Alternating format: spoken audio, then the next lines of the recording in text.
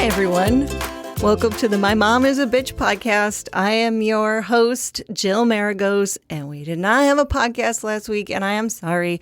I got a last-minute gig in Columbus, Ohio, and then I came home for a day, did laundry, and then turned around and left for Tulsa, Oklahoma. But I'm home for a couple weeks anyway, and I am excited to be back with you guys. I hope you're doing well. I have been thinking a little bit about some things real specific. We're starting real specific, you guys.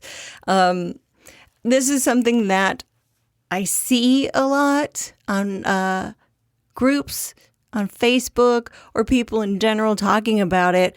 How will you ever learn to trust anyone ever again? That is a valid fucking question, isn't it? How would you? How would you learn to trust anyone ever again?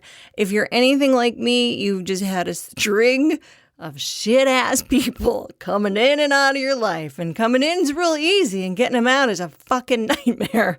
I have had a slew of Bobby Blue Balls in any form, friend, boyfriend, fucking stalkers, and Tammy Bitch Tits too. Friends who just came in and was like, oh, don't they seem real fun?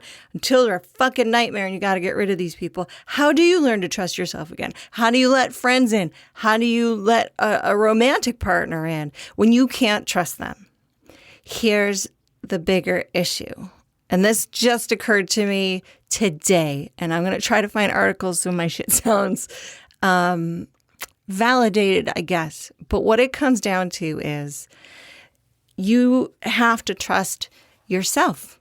And that's the question. How will I ever learn to trust myself again? Because here's the thing. I was having a conversation with a lovely comic out in Tulsa. It was out in Tulsa. And we're talking about one of my nightmare people who he also happens to know. And I was telling him, like, oh, I went to here. And then he's sending me text about how I'm a prick and an asshole when he's blackout drunk. And this person just simply said, oh, I don't tolerate that. If somebody's mean to me, that's just the end of it. Like, it's a given. I was like, yeah, sure. And what I realized in real life is, how do I trust myself? How do I not get elbow deep, knees deep into a situation that suddenly becomes a nightmare to get out of? And that comes with trusting myself. And I'm only starting to get to this point now because, like I said, I've had a slew of these people. And it's this weird cycle of shit, okay? Because my mom, clearly a narcissist, right? Hence the My Mom is a Bitch podcast. And then I'd find boyfriends who are narcissists. And then I'd find another boyfriend who was still kind of a narcissist, you know, all about himself, but I tolerated quite a bit because I didn't have proof he was cheating on me. We fought and broke up all the time, but I kept going back. Finally found a great husband, but meanwhile, I have comedy partners who make my life a living hell, and friends who make my life a living hell, and my filter fucking sucked. That's the problem.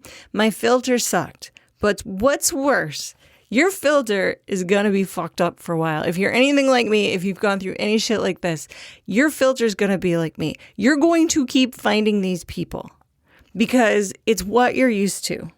We've talked about that in other episodes. Here's the problem. Our boundaries suck balls. If your boundaries are healthy and you're like my friend over in Tulsa who's just like, oh no, I don't tolerate that, you'll be fine. How fucked up is that, right? And I think that's the bigger issue. I've been skirting it. I've been teasing the boundary stuff for a long time. But the truth is, for a person who's not been a victim of narcissistic abuse, it's because they grew up going, oh no, I don't allow this in my life. I really like you. You seemed great at first, but this isn't good for me and this isn't healthy. And then that person no longer exists in their life, and then they go skipping off into the sunset, whistling and probably eating chocolate, I'm guessing. I've not lived that life yet, but I'm getting there. You know, I feel like the bigger issue, if you're asking yourself, if you're asking me, how do I do it? I don't know. If you're asking yourself, how do I ever trust again? What you need to be asking yourself for real is, how do I learn to trust myself? Because my gauge is fucking off. That's the problem. My gauge sucks. Well, you know what? People are going to come in and out of your life all the time. And what you need is the ability to go, oh, wait, I see what's going on here. Early on, somebody hurt your feelings, and be able to say, no, thanks. I'm done with this. And that's fucking hard. It's really hard. I don't know if I want to go into boundaries today because I don't even feel qualified to talk about it. But the truth is, learning to trust other people will come from learning to trust yourself, which means not just, okay, I can spot this person with radar. Boop, boop, boop, boop, boop. Tammy bitch tits. Boop, boop, boop, boop, boop, boop, boop. Bobby blue balls right off the bat. You're not going to know. Everybody's going to show you the best sides of themselves right off the bat. You're never going to know. It doesn't matter, though. What matters is when that fucking alien from the movie Alien or Alien 2 or Alien versus whatever movies that thing's been in comes fucking coming out of that person's sternum at you going or whatever noise it makes. I don't really watch scary movies that much, but you know what I mean? When that person shows their shit ass side of themselves, we have to have the ability to be like, nah, no thanks. This is too much for me. I'm going to pass. And to be okay with it. Huge problem for people like me is I was taught that makes you a bitch. They're going to think I'm a bitch. They're going to think I'm a terrible person. Or I'm going to think I'm a terrible person. I have had therapy sessions where I'm like, I legitimately, oh my God, this is how excited I am. I hit the mic stand. I legitimately was confused because I got an email from someone saying, can you meet me? Never met this person ever. They added me on Facebook, sent a message before we were even friends, saying they wanted to discuss the business of comedy. And, I heard that you're funny. They knew nothing about me. They've never watched any of my comedy. We could be completely different types of comics. They were willing to email me and ask me for my time to meet with them. And I had no idea what to say. None. I didn't want to go. My gut said, no, I don't know you. Like if we met at a club and, you ask me questions, of course I'll help you. I'll talk to you as a person. I've never met you. You heard from so-and-so that I'm funny and now you want me to meet you. And yet in my gut, even though I was like, I don't want to, my body was also screaming, if you don't, you're a bitch. What if I run into her at some point? What if I have the time to meet with her? That was a legitimate thing I said to therapists. But if I have the time and I'm not busy, don't I have to go? I don't have other things going on. And the concept of being like, you don't have to do anything. It's your time. And she said, good people set boundaries. Because I said, if I was a good person, I would go. And my therapist said, good people set boundaries. And that's still, I wriggle in my skin when I hear that. Because I'm like, to me, it seems nasty or mean or selfish. Or who do you think you are doing what you want with your own time? Like, it's still uncomfortable for me. And I think maybe that's why I'm like, first of all, I don't set boundaries real well. Okay, I'm bad at it. I'm practicing. I'm trying.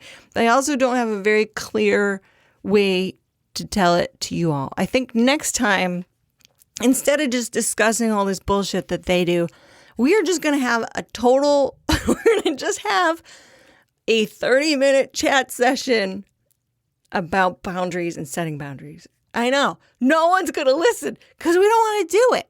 It hurts. It sucks. It's super uncomfortable. I feel like a big raging jerk for being like, sorry, no, I don't want to do that. But you know what? At the same time, you have two choices. You can either take a short, acute amount of pain and be like, no, I don't want to. Or ignore it. Ooh, that hurt. Yeah. That's another place. Am I a dick if I don't respond to the email at least and make up an excuse? Maybe I should say I just had my foot amputated because I hurt a real lot. Maybe I should lie instead of being like, no, I don't want to do that. Or just ignoring the email message because this person doesn't even fucking know me. Or two, I know I got off on the track there, but two, or the second thing is you can also choose the long drawn out pain. Say I go, you know what, Tammy bitch shits, yeah, let's totally meet up. Where do you want to meet up? Oh, you live an hour away from me? Sure, yeah, I guess I can come out there and try to find you in a restaurant, even though we've never met. We're going to have an uncomfortable meeting, and then I'm going to have to pay for a lunch with you, at least for my part of the check, and then I have to sit with you for an hour when you've done comedy for a year and probably are just looking to get connections, because people seem to think that's what the entertainment industry is, just knowing people.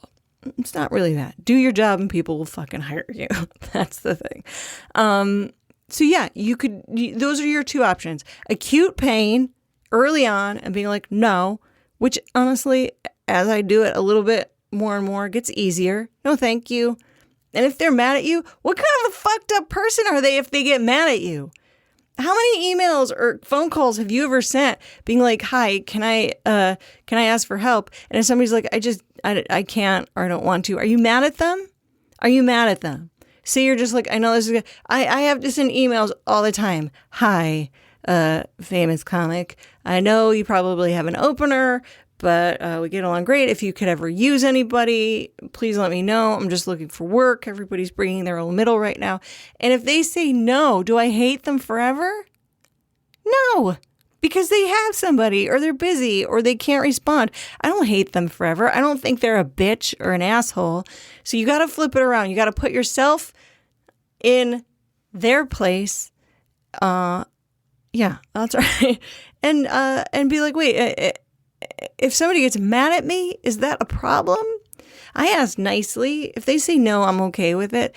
If somebody who I don't know gets mad at me because they sent me a random email and I'm not willing to jump in the car for an hour and pay for lunch so that I can, hopefully get them connected in the industry, and they're mad at me for it, go fuck yourself, Tammy bitch tits, right?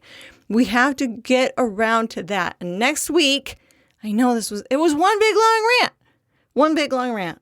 But next week, we're going to talk about boundaries fucking finally. I hate it. You hate it. But let's do it. Let's talk about it together, because it's kind of necessary, you guys. It's kind of necessary. You can't trust anyone else. And your trust for your safety and your protection and your well-being and your happiness should not lie in the hands of other people. Your trust and happiness and joy and security should lie in your own hands. And if you're unsure that you can trust yourself, you have to figure out ways to learn to trust yourself. And that comes from setting boundaries. And it sucks a big, huge dick. There it is. Okay? Really think about that. If you've asked yourself, how am I ever going to learn to be in a romantic relationship again? Tell me how that doesn't make sense. Because here's what we see in our head. I know this is a big long rant. I'm sorry. This is what we see in our heads. I'm going to meet, for me, okay, I'll take me. I'm going to meet a guy, and he's going to be real charismatic. And 6 months in, shit's going to start to go wrong. But by then, I will have already fallen in love with him. And then he'll be even a little bit worse. And he's going to say, oh, what, now you're mad at me? And I'll be like, no, I guess not, because God forbid he thinks I'm mad at him. It all comes from putting all of your eggs in their fucking narcissistic basket. They're your eggs. They're your Legos to put back together, and they're your eggs to protect. You get 24 hours a fucking day. So does the narcissist. So do I. So does fucking Dame Judi Dench. Everybody on this fucking planet gets 24 fucking hours a day. And those 24 hours are your 24 fucking hours. If you choose to go to work, if you choose to come home and staple pictures to your wall, or you choose to come home and play drums, or you choose to come home and fucking sit on the couch and eat candy, that's your time. It's your time to do with what you want. That does not belong to anybody but you. And you have to figure out how to protect that time and protect that person sitting in that chair eating chocolate because you're the only person who can do it. So next week we're going to talk about boundaries. Holy shit.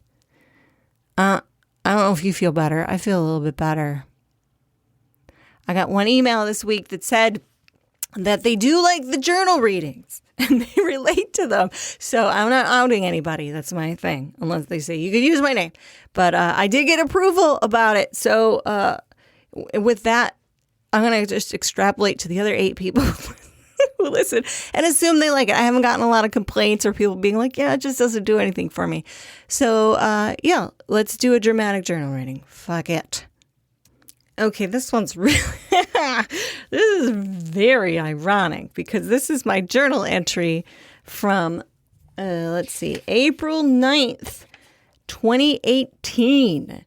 And this is exactly the story I was just telling you guys. It's the woman who messaged me and didn't know. And this is what I journaled about. It's so funny. It's so weird. Anyway, here we go. This is this week's dramatic journal reading. My rules will be how I would give advice to any and everyone else. If someone messaged Ron out of the blue and asked him for coffee to talk about quote unquote the biz, parentheses, barf, close parentheses, do I think he's bad if he ignores it? No.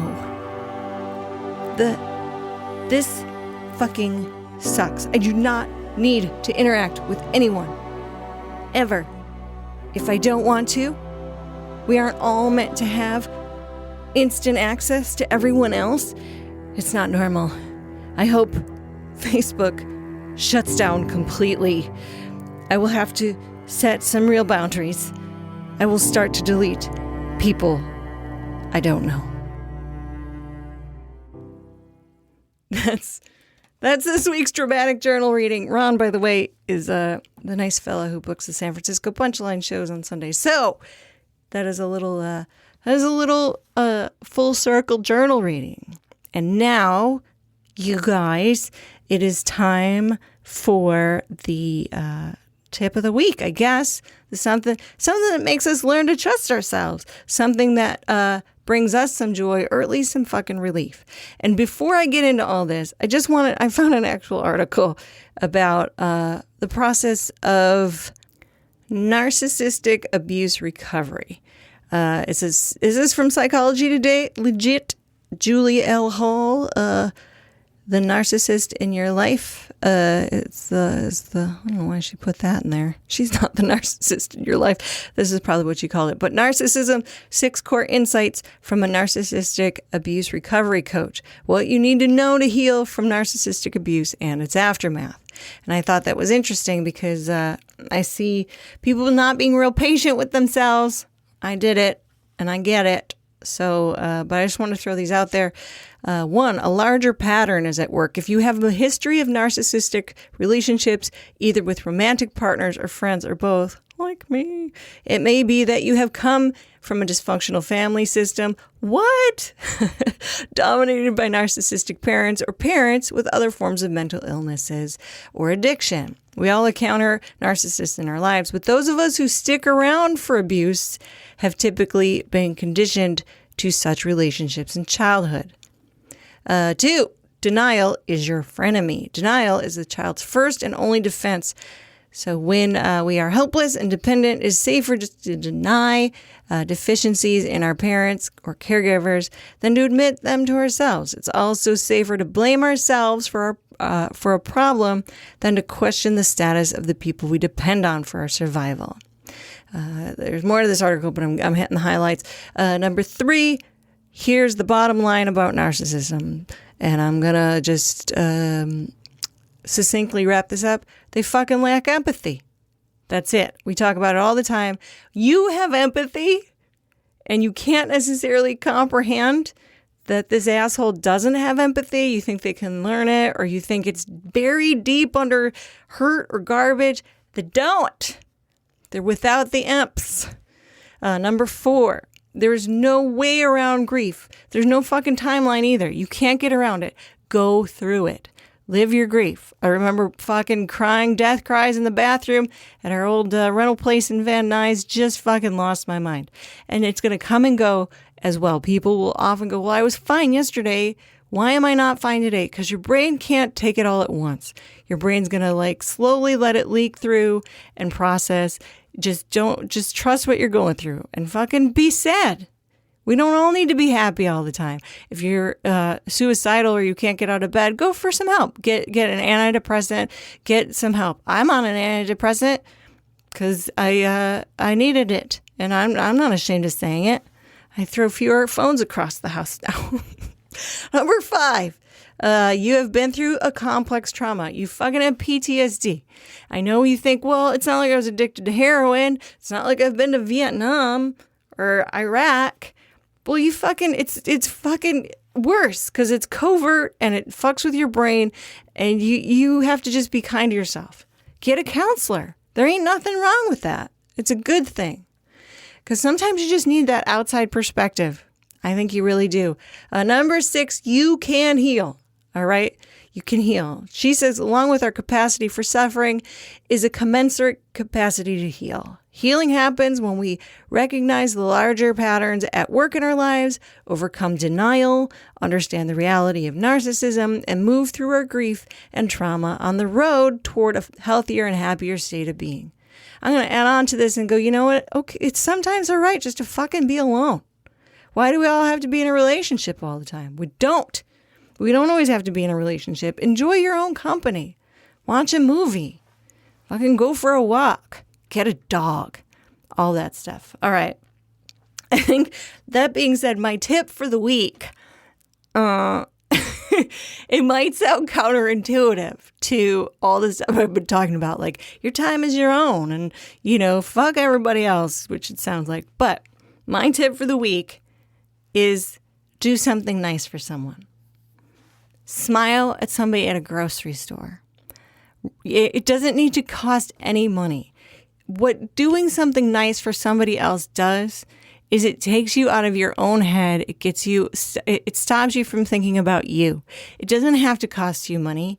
I do this stupid thing where during the pandemic, I did a lot of shows over Zoom as a stand-up, and they're torturous and horrible. It was all we had. People tuned in.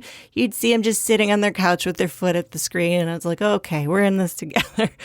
But I tried my best to make people laugh, but it's a weird form of doing stand-up comedy, and I just didn't enjoy these shows. But I would do them. I have headliners that I work with. If they asked me to do it, I would help them. And there are clubs that I really loved. I would do these shows. But any money that I got, I put into a Venmo account. And from there, I just decided that money is just to do nice things for other people. I have a friend who had cancer, as far as we know. Fingers crossed, knock on wood, sending good juju. He is through stage 4 cancer. Just send him $100. Do what the fuck you want with it. Enjoy it. Buy something fun. Right? Just, it feels great. It fills me with like little tingly feelings just to be like, this person's happy. I have a friend whose little girl bowls and she's collecting money for bowling. Fucking yeah, take $50. Why not? Because it came from like such misery, this money. I just want it to go out and do nice things for people. But again, it does not need to cost you any money. I will once in a while, just somebody I know who I admire or I see that they've done something great, I'll just send them a message going, I just wanted to say good on you. This is super fucking cool what you're doing. It's great. I think you're wonderful. I think you're funny. You inspire me. Fucking rock on with your bad self. And they get it and they will be like, this was so nice. Thank you. But you know what? It came from a place of just being like, I wanted to share how great you are. That's all. Like I said, hold a door for somebody. Smile at someone. If somebody drops something, fucking pick it up. I don't know about you, but I always feel a little bit better. I get a little bit of I don't know. My heart gets a little bigger when I do that. And again, it also takes you out of your own shit. It's not about you. It's not about you being a narcissist and look how good I think I am for everybody else. It's just something to do. If you're interested in stuff like this, I think it's technically technically called Random Acts of Kindness. There's a website. There's a group of people who do these things regularly. And you can just be a person who does random acts of kindness. You can pay for the next person's toll. We've all heard that story, you know. You can buy someone a coffee, you know. Hey, can I get your coffee? Oh, you're a nurse? Life sucks right now. Here's fucking a $10 gift card for Starbucks. It doesn't have to be anything.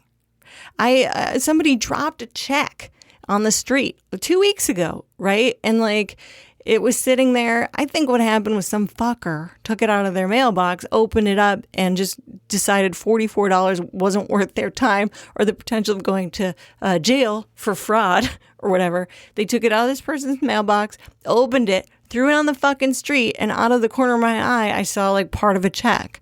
And we're walking the dogs, and I picked it up, and I was like, this is a check for $44.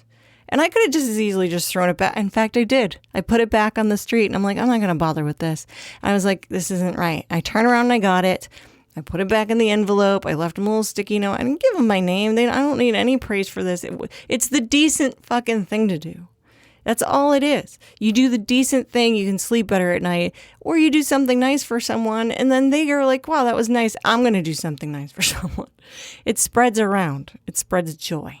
That's a good thing. I don't know why I keep going on about it. You know what I mean. You know what it's like to do something nice, fucking bake cookies for bake cookies and take them into work, and people are like, oh man, this is awesome. I haven't had cookies in a while. They've probably had cookies. Not good as your cookies. See? You make good cookies or whatever. I think it's just the reason I'm like a rant weird tear today. But when I first started dating my husband, there was a woman at the Raleigh-Durham International Airport. We were flying somewhere, and it was a woman collecting money for her church. And my husband just pulled out $20 and gave it to her. And I was like, oh my God, you just gave her $20? And at first I was just like, God, that was stupid. Like in my head, it was stupid. And then, you know, we've been married 19 years, and this was before we were even married. And that's like, I look back at that and I'm like, that's why I'm married to that guy. Because he's a fucking good guy. Because he did that. Even at the time, even though at the time I was like, that was stupid. You just gave that woman, she could be panhandling in the name of churches. You don't know. But he fucking felt good about it. I kind of feel bad looking back that I wasn't more supportive of it, because it was a nice thing to do. He's a nice person. It's what makes a marriage. And I guess that's, you guys, I ranted a lot today, and I'm sorry. If this is your first time, I promise there are other episodes that are more pointed and have direction. Anyway, if you like the podcast, you can hit subscribe and like. That really helps me out. If you have any questions or topics you want to cover, even though next week we're going to go through boundaries, gird your loins. Send me an email, evilmompod@gmail.com. I hope you have a great fucking week. You got this. Talk to you soon. Bye.